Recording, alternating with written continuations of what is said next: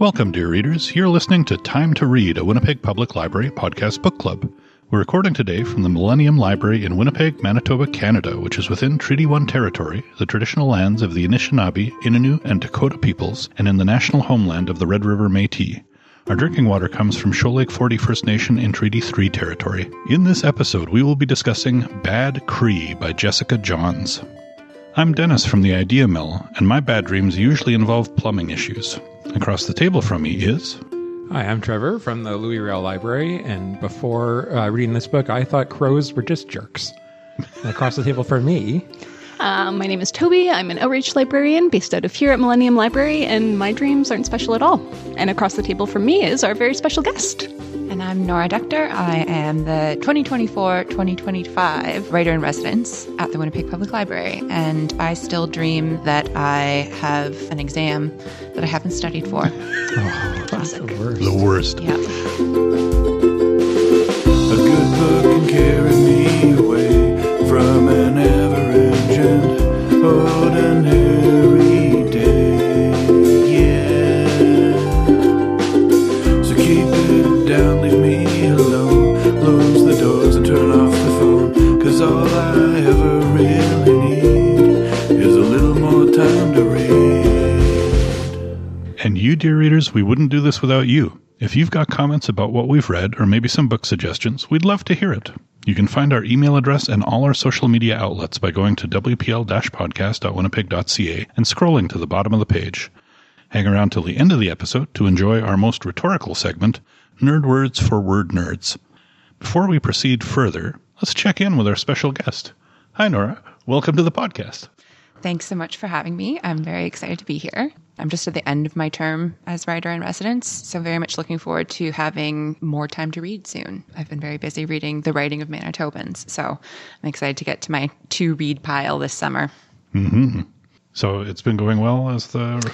Yeah, the residency has been great. I grew up in Winnipeg and always wanted to be a writer, so it's really cool to be in this position. There's a lot of people that I admire who've also been the writer-in-residence. Miriam Tays, David Bergen, John K. Sampson, so many.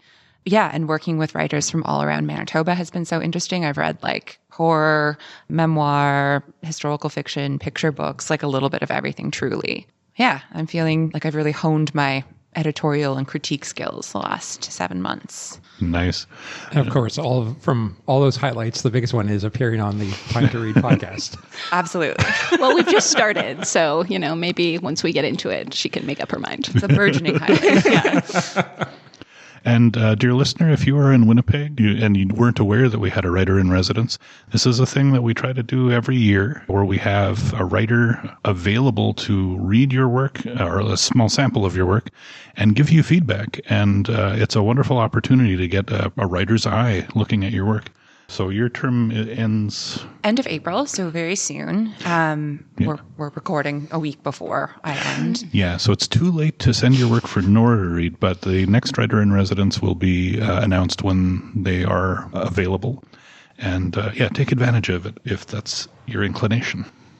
We should also check in with ourselves. Did you guys have anything you wanted to bring up? I'm just excited that we have a guest.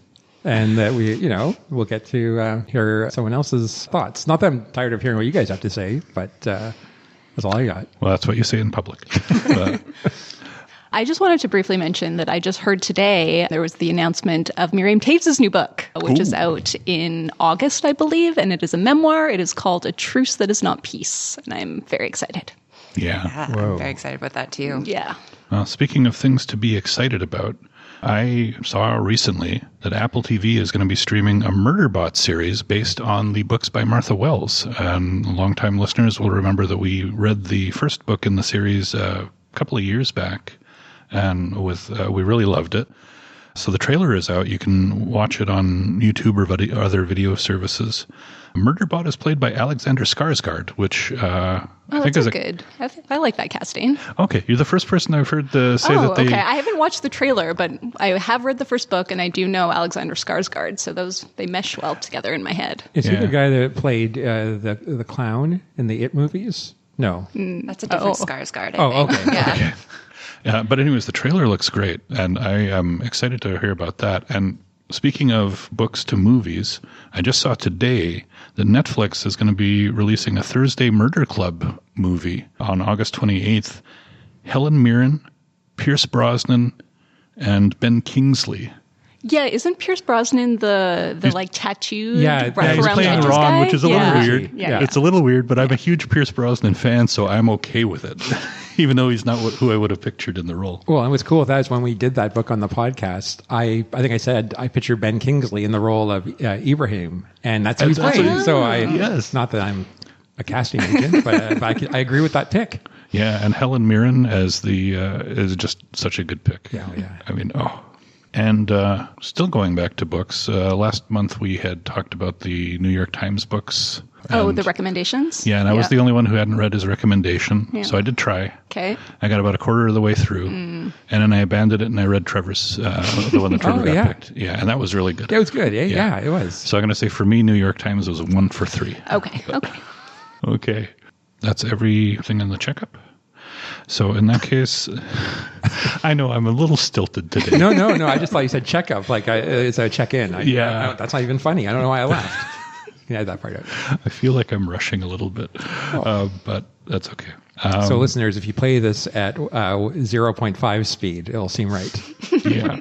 So now that we've done our check-in, Toby's going to tell us about the author, after which Trevor will give us a summary of the book. Okay. Jessica Johns refers to herself as a queer Nihio auntie with English-Irish ancestry. She's a member of the Sucker Creek First Nation in Treaty 8 territory in northern Alberta, which is where she grew up.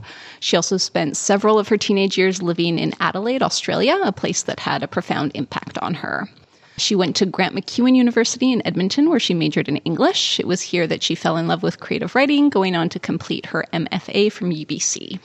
While at UBC, a professor said that the students shouldn't write about dreams, that they were not very interesting. And she was quite angry about this, as Cree people take dreams very seriously. And so she decided to write a story to validate dreaming and wrote the short story Bad Cree, which ended up being published by Grain Magazine in 2019 and later won the Writers' Trust McClelland and Stewart Journey Prize, which is an award for the best short story published by an emerging writer in a Canadian literary magazine. The idea from the short story lingered. As she says, the characters kept me up at night, banging on my door. I knew there was more to the story. It wasn't done yet. She turned the short story into the novel Bad Cree, which was published in 2023.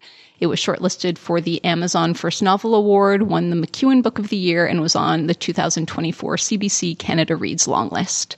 Her work has also been published in CV2, The Fiddlehead, Brick, Maisonneuve, and the Globe and Mail. Just short and sweet this time.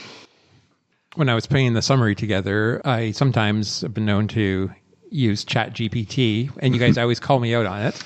So I didn't do it this time, but I kept going around in circles. I found actually a summary that was from Goodreads that I quite liked. So I would say 90% of this is taken from the Goodreads website. When Mackenzie wakes up with a severed crow's head in her hands, she panics. Only moments earlier, she had been fending off masses of birds in a snow-covered forest. In bed, when she blinks, the head disappears. Night after night, Mackenzie's dreams return to her, a memory from before her sister Sabrina's untimely death, a weekend at the family's lakefront campsite, long obscured by a fog of guilt. But when the waking world starts closing in, too, a murder of crows stalks her every move around the city. She wakes up from a dream of drowning, throwing up water, and gets threatening text messages from someone claiming to be Sabrina. Mackenzie knows that this is more than she can handle alone. Traveling back to her rural hometown in Alberta, she finds her family still steeped in the same grief that she ran away to Vancouver to escape. They welcome her back, and their shaky reunion only seems to intensify her dreams and make them more dangerous. What really happened that night at the lake? And what did it have to do with Sabrina's death? Only a bad Cree would put their family at risk, but what if whatever has been calling Mackenzie home was already inside? Mm-hmm. Nice work, Goodreads. Yeah. So, normally I start with, how did you guys find it? But we really want to start by asking Nora, why did you pick this one? Because you selected this book for us this month. Well, when you all invited me onto the podcast and said I could pick the book, I kind of just like looked across the room at my literal to-read pile. And this book had been in it for a couple of years. I think so. Yeah, I think a couple of years. What year was it published? 2023. Okay, so probably since right after it came out. I had heard a lot about it. One of the nice things about or dangerous things maybe about being a writer, and I also teach English and writing, is that you can really justify a lot of book purchases. So I do often hear about a book, forthcoming and pre-order it or pick it up after it's already out. Although spending so much time at the library has been a great reminder that I can borrow books instead of buying them. Good plug. But yeah, it was very hyped. And I think that's an interesting thing too, what books get that kind of buzz before they come out and which ones don't. Really all I knew about it was that it was being compared to other writers who write sort of indigenous horror or supernatural stories. I'm thinking Sherry Dimeline, Eden Robinson, who I've loved for a really long time. There's a book that I'm going to recommend later that also falls into that category. Drew Hayden Taylor has a whole book of short stories that are sort of supernatural indigenous stories. So I was drawn to it. As a working writer myself, often want to see what is the book behind the hype too. And then I think finally, it has a really cool cover. It's a podcast, so not a visual medium, but it's, at least the Canadian edition is this sort of iridescent red with crows on the front, and it feels very spooky. So for all of those reasons, I picked it. Yeah. Well, so I'll ask you two. Well, actually, I guess this includes you now. How did you find it when you read it? Well, I just had a question for Nora. I was kind of curious. So, as a writer, when you pick up another author's book and read it, do you sort of lose yourself in it like you would?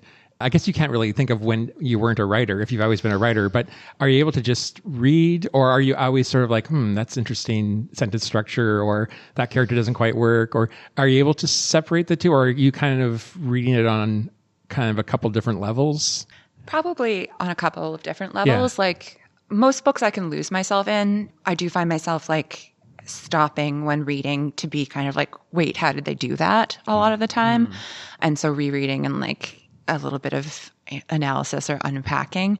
But I mean, I guess I have been a reader for longer than I was a writer even. So yeah, I'm still looking for, I think first read is just for enjoying a story. And then second read, if I liked the story or if I found it interesting, I'm a little bit more analytical.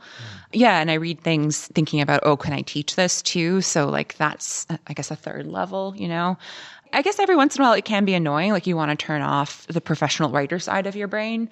But I just love reading. I even love reading things that I don't like. So, yeah. And speaking of, you had said before we started recording that you weren't a huge fan of it. So, well, I would say I liked it a lot. Okay. I didn't cross over into loving it. And I don't know if I've even really unpacked what confounded me a bit about the story yet, although maybe we'll do that now.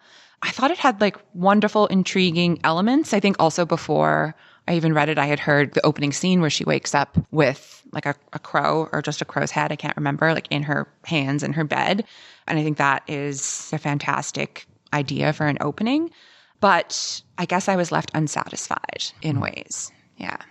Yeah, I feel similarly. There's a lot of things I really like about this book, but I just feel like they didn't all come together in a way, I just found the pacing a little slow, except until at the very end when it speeds up, and the characters, I had a really hard time distinguishing them from one another. It didn't matter which auntie was talking because they were all kind of the same, and same went for the younger characters, Mackenzie, Cassidy, and Tracy. I think it was trying to be scary. I think it was trying to scare me at points, but I wasn't scared. But it's such a fascinating idea. That opening is great, as you said. I love a Weedigo story, but yeah, just a little flat for me. Well, that's good because you were worried about it being too scary. I was, yeah. How about you, Trevor? I think I enjoyed this one a little bit more than maybe Toby or Nora, although I did find pacing, especially the opening 50 to 75 pages, when she was just sort of going around living her life in Vancouver and having the dreams and seeing the crows. I just felt like this was a lot of stuff that I wanted to cut to the chase a bit. And I feel like the story really picked up when she got back to Alberta and she got in with her family. I love the idea that her family in many ways was the solution to the problem that was also her family, and that she couldn't do it on her own. And I think one of the things I like about horror fiction when it's done well is the juxtaposition of like very normal, relatable things with extremely horrifying, unbelievable things. And so you had these great scenes in the house with the aunties flying around, making breakfast and eating waffles and joking and snapping towels at each other and all the chaos and yelling. And it just felt so good, juxtaposed with those scenes, of course, in the forest with the weed go and the memories. So I enjoyed that part. I think it felt very thought out, if that's a word. Like sometimes with stories, you kind of wonder, like, hey, where's this going, or is this just sort of coming as they go? And some books are that way, but to me, I felt like this was very specifically like there were certain points that she wanted to reach at certain times, and she got there, and we kind of had the climax, and it was all almost like a foregone conclusion, which maybe why it wasn't as scary as it could have been, because it felt maybe like she had something to say. And she knew what she was going to say, and she knew how she was going to say it. It's not saying that it was wrong. There's some beautiful imagery in there. I love that one line, I think it was on page 37, where she was comparing death to the death of a balsam fir, and how, all the trees from all around lend their nutrients to the dying tree. And same way as when her kokum died and the community came around and supported. And that was only one of many sort of like moments to talk about nature that I found very beautiful and kind of just in and of itself, just a real gift with words. Well, I guess I'm going to come out and say I'm the one who liked it most out of all of you. Because I really enjoyed this one. I like horror in general, although usually movies, not books. I didn't find it like super scary or anything, but this is one of those where it's like a very personal kind of horror, like a small horror. It's just a small group of people and a monster, effectively, once you figure out that it's a monster that you're dealing with. The horror was only like part of it. A lot of it was relationships. And I mean, ultimately, like dealing with trauma. A lot of this was about loss of the kokum, the sister, and how that affects family dynamics and things like that. So I understand what you're saying about the pacing, like that it had slower parts, but I really enjoyed the read. I enjoyed the pace of it for the most part, even when there were times where like, waiting for something to happen. The flow of the story still kept me engaged. Last month when we were talking about Outline by Rachel Cusk, I had made a point of complaining about all her attempts to sound wise with deepities. But here, with Jessica John's writing, I found lots of bits of wisdom in just ordinary language, and done so well that I really appreciated it. And I even made notes about some of them like I did last time, but this time it's ones I liked. It's easy to miss something if you're never targeted for your difference. I thought was a really neat line. The best and worst things about being connected to everything. You are a part of it all, but you can't choose what gets sent out into the world or what can find you. The cherry blossoms have been blooming all over the city since spring, reminding me that beauty is always here, even when I'm not looking. And I think one of my favorite kind of allusions in the novel, I don't know if that's the right term, but she had been talking on the plane how the mountain seemed so small, but it was really because of the distance. And later on, when she's looking at her kokum's casket, she's so small, she said, staring down into kokum's casket. And she was right. Kokum was a seed in a mound of dirt. How far away from her was I that she could look so small when all my life she had been a mountain? These lines, the way she writes, it really appealed to me.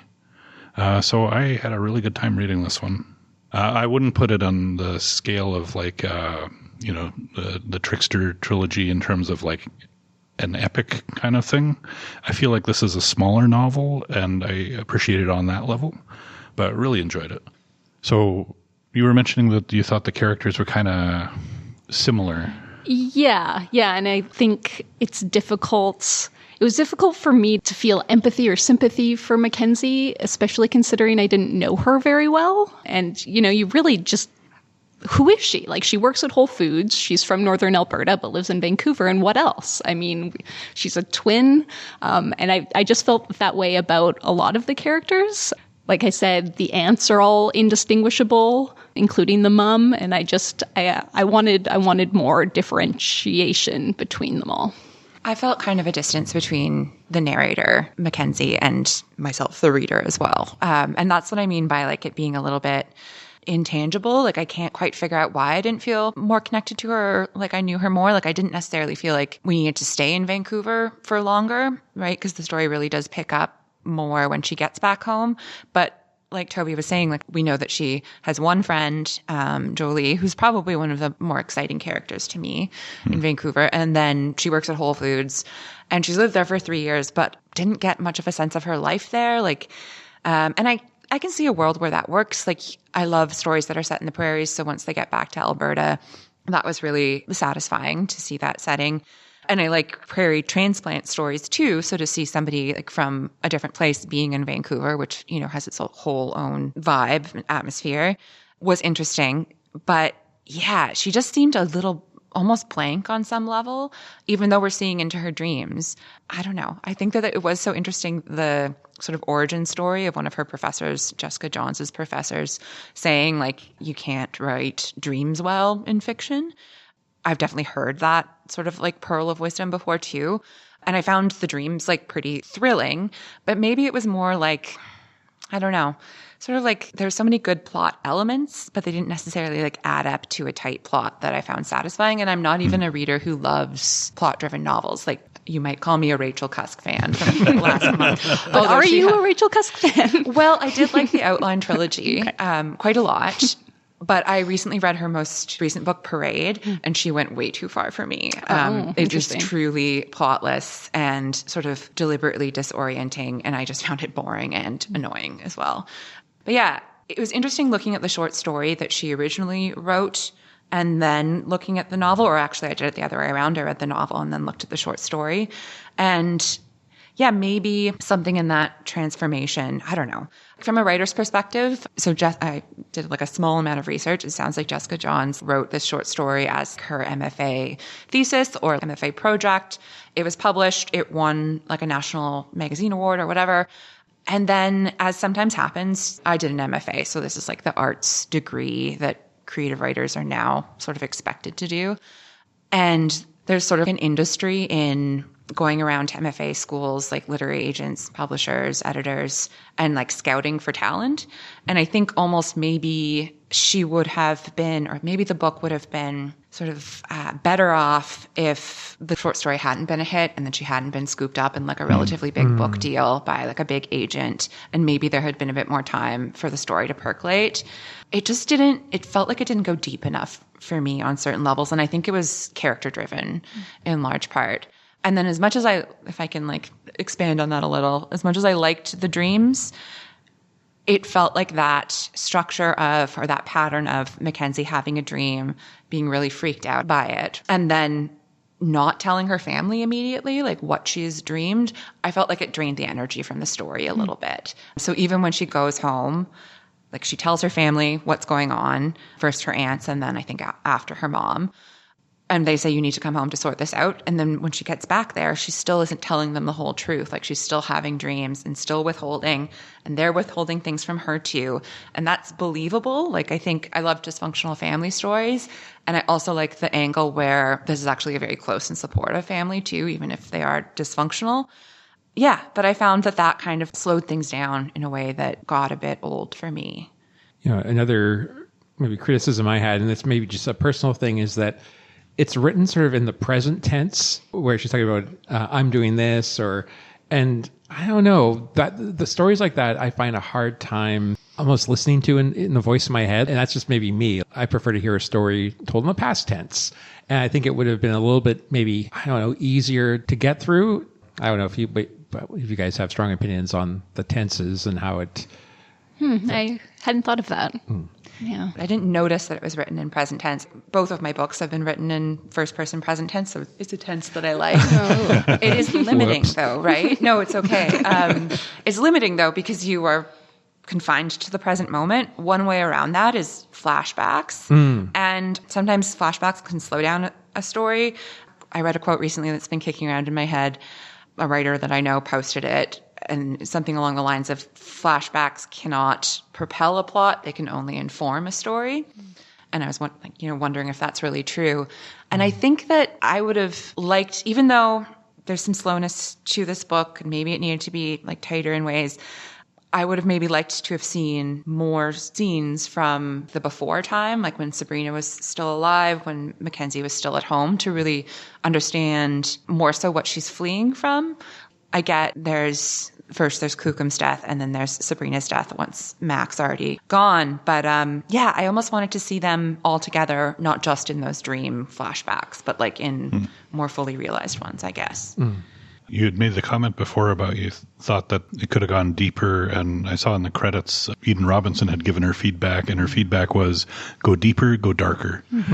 So apparently this is deeper and darker than the first draft was. I hear what you're all saying, but I just don't get it. I'm glad you like this one. Yeah, I mean, I wasn't thrown off by the tense or anything. I felt like this was one of those things, maybe we didn't get into the characters so much because they are still being a little careful around each other all the time. And I can see that, but I didn't feel disconnected from the characters. I was annoyed by Mackenzie's tendency to lie about everything all the time. I'm just protecting you. And even after multiple times of this happening, she kept going to that. Like that was her natural instinct to just pull back and lie about what was happening, even when it was pretty clear she couldn't handle things on her own. One scene I particularly liked was when Mackenzie and Tracy, her sister, are playing Street Fighter, and it's like you're talking about the awkwardness. Mortal Kombat. Sorry. Let's get the details right. Playing a popular street fighting game on a popular platform. I can't remember if it was Xbox or what it was, and how it was kind of like we were saying, like there was this awkwardness where they weren't communicating, but they were kind of, the game was doing the heavy lifting for them in a way, which I thought that whole sort of section when, their aunt was calling them for breakfast and they weren't coming. And I thought it was really well written, like that dialogue between the two of them and Mackenzie trying to draw out Tracy, like, are you mad at me? Or, and how they weren't really communicating directly, but through the medium of them being the crap out of each other in this game, they were able to break some barriers. I found the conversations between family members to be very authentic. Like it felt realistic to me, the relationships. Strained, but still like not hostility towards each other so much, just a whole mix of disappointment and still caring about each other, but being upset about some stuff and not being able to fully articulate those problems. And I mean, that can go a lot of different ways. Not everybody wants to read those kind of family dynamics, but I just felt very, true to form, true to heart. I thought it was interesting that like the dad character was there, but like he wasn't really oh yeah, like he was. I mean, I guess because he worked on, he worked for like Provincial Hydro, so he was always leaving for a job, but it wasn't like Mackenzie's mom was a single mom, but he might as well not have been in the story, Oh yeah, I don't think there were any significant male characters. No, none. I think only one male actually speaks. I don't know if her dad has any lines of dialogue. I kind of thought that was cool. Yeah, I like that too. She's kind of sneaking that in. Like, there's the only no men male in the story that speaks was that kind of stranger, right? Who's like, oh, it must be an owl around, or ever back in Vancouver. Oh, yeah. So her neighbor. And then there's also her annoying boss, Brandon. at Whole Foods, too. And that happened at the very beginning, both of those scenes. And But no, I liked how that wasn't like a feature of the story. It's kind of snuck in that this is truly like a matriarchal story about women. Yeah, and that's something that, readers could get up in arms about. And yet I only saw it mentioned a few times when I was going through reviews. Mm-hmm. Yeah.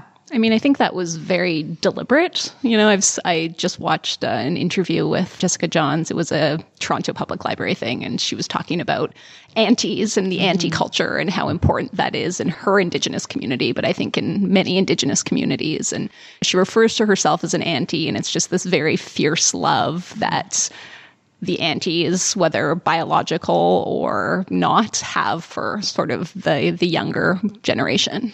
Yeah, I loved how she centers that too, the auntie relationships, and agree that it came across like very authentically, the relationships between the whole family. I enjoyed the scenes the most when they're all together, I think, instead of when they're like sort of keeping each other at arm's length. And on the note of me complaining about there not being many flashbacks, it occurs to me that some of the scenes that I liked the most were flashbacks to, or at least Mackenzie talking about the past, to like every summer when they go to the lake, right? And they camp by the lake. I loved hearing about that ritual. I love the way that the Kokum talked about the minutes and how it was the number of trails that would look back onto the lake. It wasn't actually time minutes, but it was still a way of knowing where you were and centering yourself in the world. And it kind of made me think of, I remember like at university studying like the old explorer maps, and there was a map done by an indigenous trader. It wasn't geographically correct, but it went by the lakes you would go through. And that's how they would kind of count where they were. They would count the number of lakes, and it would kind of remind me of that, where it was a very effective navigational tool, even if it was different from how we imagine navigation nowadays. I thought that was a great thing. And then how the counting the minutes came in at the end too, as some sort of the way that they were able to keep track when the final confrontation. Yeah, I liked a lot of those little elements that were scattered throughout the novel. I think one of my favorite scenes was towards the end of the book, and they've decided that they have a plan to deal with the Weedigo, and the girls are going to go, and they've all kind of agreed on this. But then Mackenzie's like getting antsy again, and she's like, no, I'm going to do this on my own. I'm going to get the car. I'm going to go. But her mom's in the kitchen. She's got to get the keys. And her mom's like, okay, but help me knead the dough first. Just the way she kept saying, we've got this time, you've got to do it right. You're going too fast, you got to slow it down. And just that whole conversation, she ends up slowing Mackenzie down to the point where she's like, okay, I better stop. I better wait and do this right. And it was not explicit that her mom knew she was going to do something and was trying to slow her down and help her pace herself and breathe, But it's just one of those moments in between people where something very simple like kneading dough means a little bit more, Though as a bread baker, I was confused as to what she was exactly making, because there are certain doughs that would... I shouldn't get too into the weeds about this, but I was like, it can't be sourdough and it can't be just like a loaf bread. Like, what is she making? Well, I'm going to guess bannock, but maybe. Do you need bannock dough, though? I don't know. You see, there's the thing. I'm not a baker, so this may be something that's not really a little bit of wisdom or anything. That's at what all, took you out of the story, Toby? Yes. I was like, what is this dough for? Well, you could write the author and ask. That would be a great question. I bet she hasn't had that one yet. What do we think of the Weedigo, the representation of the Weedigo in this story? I mean, it's such a great character to explore in fiction. So much haunting potential. Yeah. I like that it took a long time to figure out what it was. Like, because at the beginning it's dreams, and they don't tell you much at first. And then as they're going through and more of the dream starts becoming evident, or the more of the memory starts becoming evident, and it's like, well, okay, what's happening? Like, what is actually going on? There's that kind of a sense of dread about something being wrong, but no clear route to figuring out what it is until finally they're like, well, what if this is a Weedigo?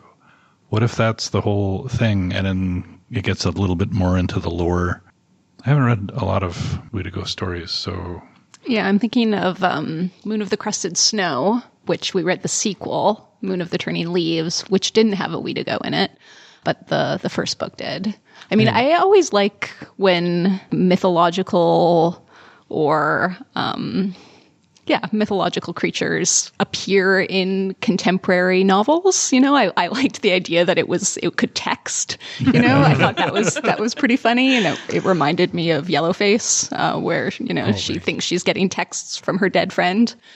I like the way that, like, somehow when authors introduce a supernatural element, but then it kind of makes sense. Like when I was reading up a little bit about Weedigos and how they, have this insatiable hunger for human flesh, but they also have the ability to infect people with greed and despair, and how she tied that into the exploitation of the oil sands and the degradation of the environment a bit. And that may have been another root cause as to why this creature was there at that time, which I thought was a really kind of interesting kind of modern scientific take that, maybe of all the things you can consider that would happen with the oil fields, bringing a Weedigo to life maybe wasn't on any of people's bingo cards, but it happened here.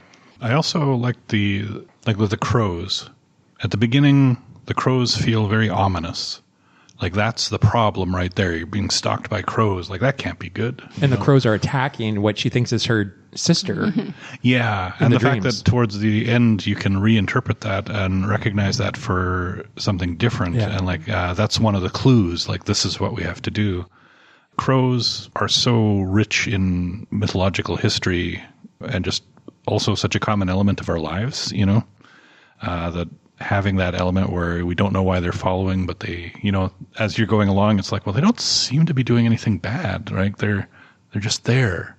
And when they figure out at the end that, yeah, they're there to protect you or to try to do something about the Weedigo, then that's like a nice turn. It takes a while, but yeah, I enjoyed that element a lot. Yeah, and how like it's kind of foreshadowed in the beginning where the crows are gathering, and that unnamed neighbor talks about there's probably an owl around, and then parallel to the end where the sisters and the cousin, they are the crows and the Weedigo is the owl in a way, kind of. Yeah, they only gather like this for an enemy. Yeah, or when someone dies, yes, but then it's to plot revenge. And they did it. Yeah. I liked how Cassidy, the cousin, was just as much a sibling as the blood sibling, too. That, the family was so tight-knit that she, in some ways, was able to, Mackenzie was able to connect more with Cassidy at first on the phone calls than with her own family. Maybe because, she was a cousin and not a sister, and I like that part of it. I thought it was interesting, too, how it's revealed that so many, if not almost all of the women in the family have some experience of weird dreams, like whether they're like premonitions, or there's the auntie who dreams in color, right? So like all red or all green. And certainly like in the moments that did like send a bit of a chill down my spine is when her aunt says like, you're all red, Mackenzie, like I'm seeing you like this. Yeah, you guys are kind of selling me a little bit more on the plot being tight, like these sort of full circle moments that are introduced earlier on and then come back. I thought she did a good job of tying in a lot of things from the beginning to the end of the novel. And I'll tell you, the ending where she saw her kokum again, I teared up. Like I love that scene. Yeah, I thought it was beautiful. I teared up. I thought it was great, and kind of really finished it off well for me. I cried a bit at the end too. Yeah. Toby didn't. I didn't. I just have a cold heart. Yeah. Heart like ice? Yes. Like whoa. Oh. Is Watch Toby a out for crows. Weedigo? We're saying that word so many times, and I know Jordan Wheeler was like, we can't say that word out loud. So Yeah. Jordan was an interesting person to talk to because he has so much reverence for the history and the stories and the place of the story. And I know he's uncomfortable with the idea of writing that kind of a story, or at least he expressed that to us. Yeah, and he wouldn't even say the W word out loud. Yeah. And he called me out for using the term mythology when I was talking about indigenous. He's like, there are people that would not call that mythology. Yeah, that's why I struggled when I was saying a mythological creature, because I know like to a lot of indigenous people, they're not mythological. They're very real parts of their lives. Well, and you do see a bit of that culture clash in this novel too. I laughed at that scene where she is questioning, like, is she a bad Cree because she doesn't really know like how to smudge, and she talks about that time that she looked it up on YouTube and there was some kind of like white like yoga master that was saying namaste as she was lighting, and so she was trying to follow this person on YouTube, and then I can't remember exactly what happens. It didn't go well. Did she start a fire, or there's something that happened that it wasn't a good smudging experience? No. And she had a line in the book too, where she was talking about how she couldn't talk about like the significance of the crows, I guess, to that one random person. Like, this place wasn't built to believe us, and white people will try to stamp out anything they don't understand. And yeah, that kind of goes to that idea about it's mythology to me, but that can be taken as a minimization or a lack of respect for what the story means to a person from that culture. And I have to plead guilty to that. That's how I respond to a lot of these things. And I understand that can be problematic.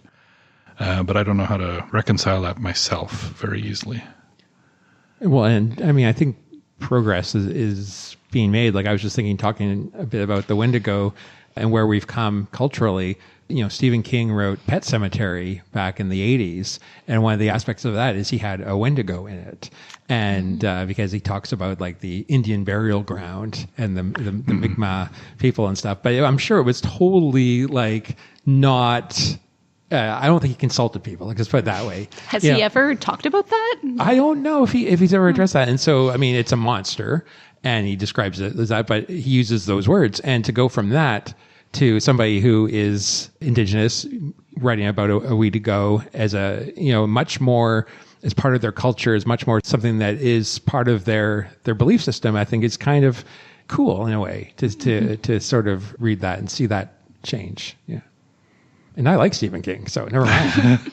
Well, I like Stephen King too. He does have problems, and there are elements of many of his stories that are problematic, but yeah, that has to be acknowledged as part of what he does. I mean, just because we don't have personal experience with these entities, these creatures, doesn't mean they don't exist. You know? I don't know. The more I read stories from Indigenous authors like this, the more I feel like I get why there are those divides in our society, why Indigenous people often don't feel heard or respected on many fronts.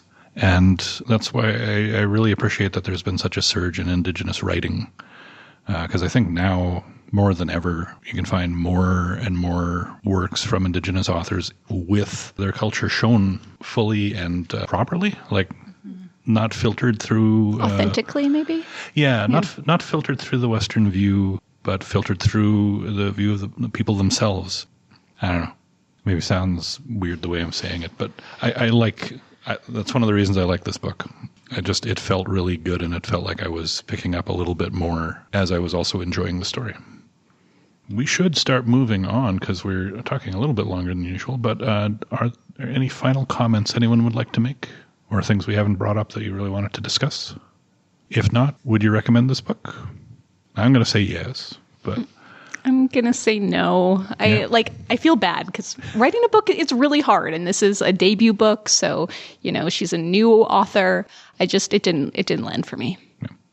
I mean, I would definitely, if someone is looking for a scary, creepy story and they've read things like the Trickster series or Sherry Demoline, remember, was it Empire of Wild? Mm-hmm. I love that story. Yeah. And is it Stephen Graham Jones is a writer in the States? He has, I think you and I read My Heart is a Chainsaw. Oh, yeah. And so, you know, I think this book stands right up with those authors for sure. And I would recommend it in that context for sure.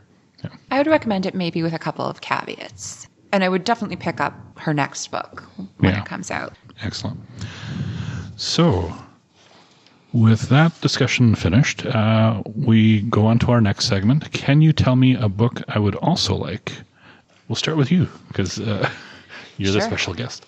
Yeah, so I would love to recommend And Then She Fell by Alicia Elliott. Out a couple of years ago, I want to say. Alicia Elliott, actually, I went to York University in their creative writing program with her years ago, and she's always been sort of stunningly talented. Her first book was called A Mind Spread Out on the Ground, which was a collection of essays on various issues around being Indigenous in Canada. And Then She Fell is almost a little bit hard to encapsulate, but I would put it in this same sort of genre of modern Indigenous stories with sort of like modern retellings of these cultural stories. It follows a young woman named Alice, who is Mohawk from Six Nations in Southern Ontario. She falls in love with a white academic who is, I'm not sure if he's like an anthropologist, but he's studying her culture. And they get married and have a baby, and she moves to Toronto. And then it seems that she begins to sort of lose her mind. Like strange things start happening. It's very eerie and tense. And you wonder, is she losing her mind? Is it the experience of being surrounded by people who don't really respect her, like racial microaggressions? Is it postpartum depression or psychosis? And then I'll just say that it goes really wild and incredible places from there. But yeah, a truly one of my favorite reads of the last couple of years. Excellent. I just put that on my TBR today because that same interview that I was watching with Jessica Johns, she recommends it. It's so good. Yeah. Okay, well, I guess I will go next then. There is a lot of Indigenous horror, and we've talked a bit about that. We've read a lot of Indigenous horror on this podcast. I have read a lot on my own that, you know, Eden Robinson, Wapgasheg Rice, Sherry Demoline. So I'm going in a bit of a different direction, and I'm recommending this poetry collection called Indian Coping Mechanisms, Notes from the Field by Billy Ray Belcourt. And Belcourt is from Driftpile Cree Nation, which is in Treaty 8 in northern Alberta and very close to Sucker Creek First Nation, which is where Jessica Johns is a member of. So this collection, it deals with politics, queerness, mainstream portrayals of Indigenous life, love, the limits and use of poetry as a vehicle for Indigenous liberation. And in particular, what made me think of this book is there's a poem in here called Canadian Horror Story. So we've been talking about Indigenous horror. This is Canadian horror. And in the poem, Belcourt grapples with the deaths of Tina Fontaine and Colton Bushy. So while, Bad Cree and the other books I mentioned take a fictional approach to horror, this is it is a real life horror. And I think both of those things, both the fiction and the nonfiction horror, really do just relate back to consequences of colonialism. And so that's Indian Coping Mechanisms. If you've never read Billy Ray Belcourt before, he's a great poet. He has several collections that are all great. He's funny. He has a great way with words, as most poets do. I recommend him highly. Well, I had mentioned a few minutes ago how one of the inspirations of the Weedigo was the oil sands in northern Alberta. So my recommendation is a graphic novel called Ducks by Kate Beaton. And I just read this very recently. It came out in 2022. And I had known Kate Beaton before as a cartoonist. She has a number of collections, one in particular, Hark, a Vagrant. And they are very specific humor about Canadian history or literature. There's lots of Anne Green Gable jokes or lots of Pride and Prejudice jokes.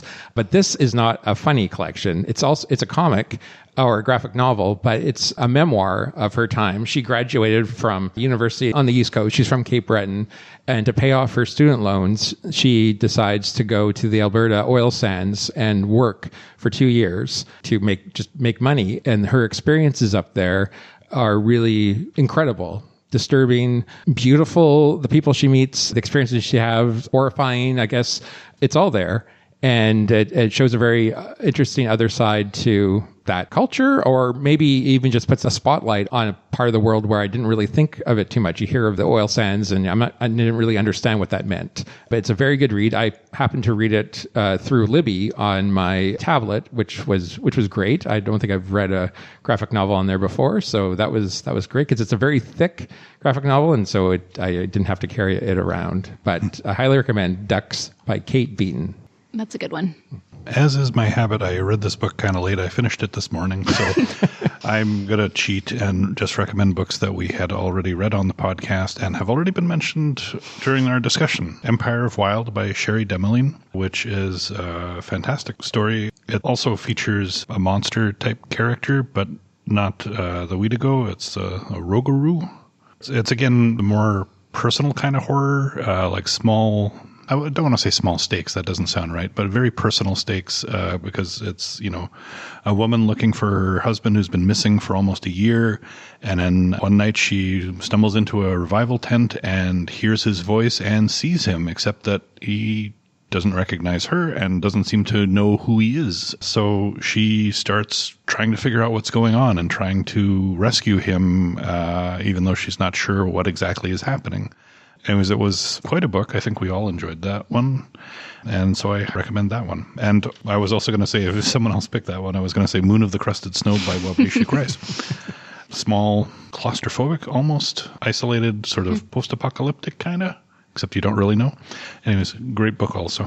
So now for everyone's favorite segment, Nerd Words for Word Nerds, where we talk about elements of language like they were cool new toys we just got at the mall. Who would like to share their nerd word first? I'm happy to go. Hopefully you nerds don't know this word, but I was reading recently and came across biblicore, which is the smell of old books. Oh. And then relatedly, petrichor, which is the smell before or after rain. Ah, so like the musty smell, like when you go into a garage, at a garage sale and you know where the books are? Yeah. Yeah. I do like that smell. Yeah. I remember when I heard that it was like mold, and so not a good thing. And I was like, really? Aw. it arose. I recently did a thing with my mom and my sister making custom candles at this place in Winnipeg. And one of their scent notes in their scent library was called Bibliothèque. And then I was looking into, like, what did they put in that to make it smell like books? Biblical. Did it actually smell like old books? It was maybe not the most literal, but I did base my candle that I made around it. But yeah, sort of that old, like sun-baked, musty smell. Yeah. Which maybe you wouldn't want wafting through your house. Maybe. That was just my base note. That's cool. My word this month, there's one part of the book where it just casually talked about the grown-ups sitting around playing a game, dipping jerky into butter and eating it. I don't know if you remember that one line. I'm like, what is going on? So my word is jerky and where it came from. So you may be interested to know that it actually originated from South America, from the Quechua people. The word was charqui, which is basically, as you can imagine, lean, trimmed meat strips that were dehydrated to prevent spoilage.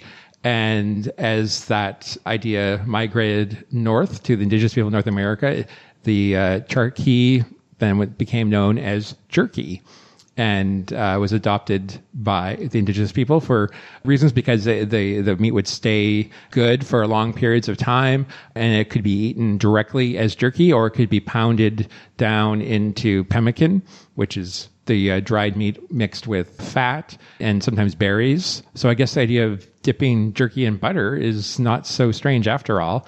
And interestingly, that same root word, which is charqui, was also migrated through to the Caribbean, where the idea of jerk food or jerk chicken was adopted. And that was more like a method of cooking. It used, if you cook something over a pimento wood and Scotch bonnet spices, that's called the jerk cooking method. And then anything that's really spicy with Scotch bonnet, that's sort of like the flavor profile. So you can have jerk spice without something being prepared in a jerk way, or you could prepare something in a jerk way without the jerk spice, but most of the time you have the two together. So yeah, jerky. But could you have jerky? Yeah, I don't. Jerky meat with jerky spice? Yeah. I mean, I guess you could do that, but you couldn't really have jerky made the jerk way, right? Because it's dried, like drying it out the jerk way. I don't know. We'll have to leave that as a mystery. Yes, that's my word.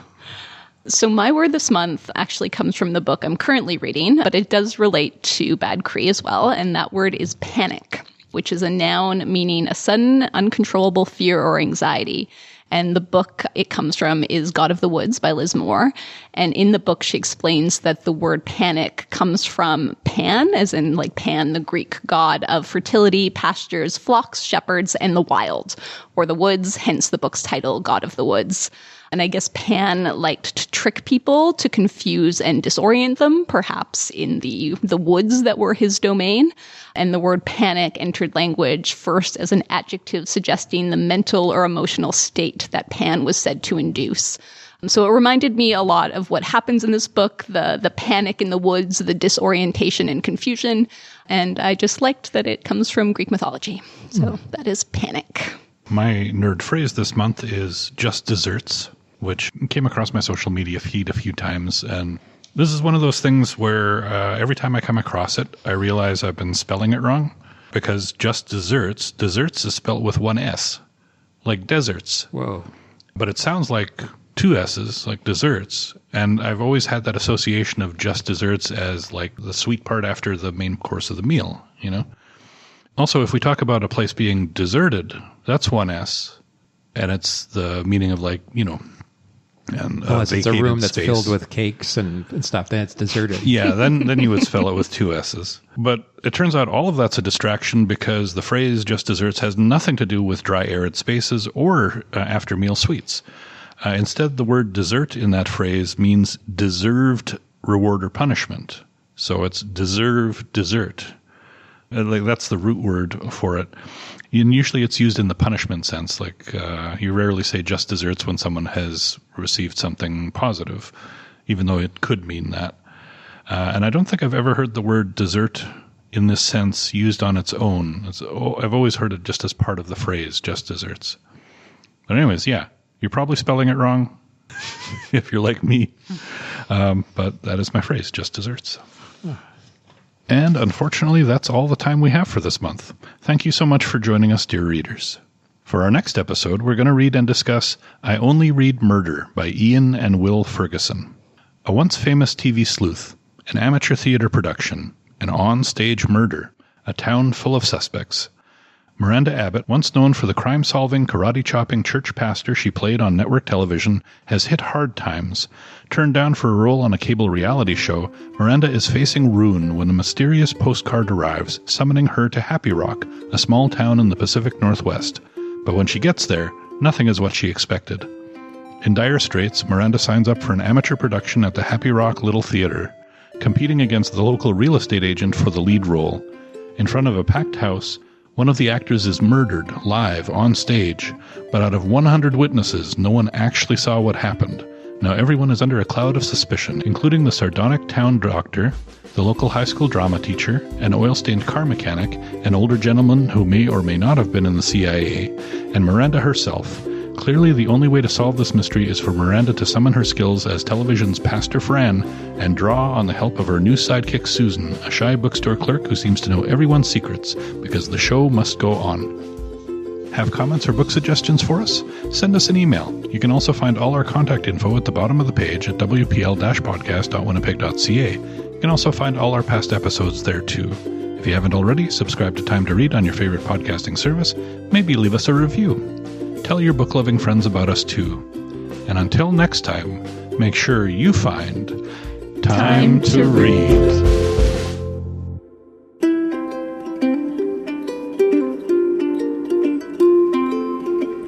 All I need is time to read. All I need is time to read. All I need is time to read. All I ever really need is a little more time to read.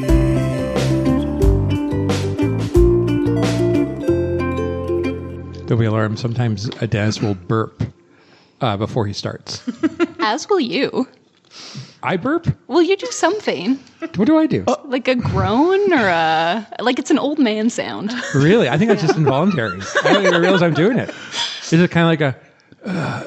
No, it's bigger. Really? Yeah. Do an impression. I'm not making this up, am I? I'm kind of thinking, aren't all of his sounds old man sounds? Okay. It's true. We're about the same age, so In fact, I might be a little bit younger. 53. I'm 50. I'm the old one? Yeah.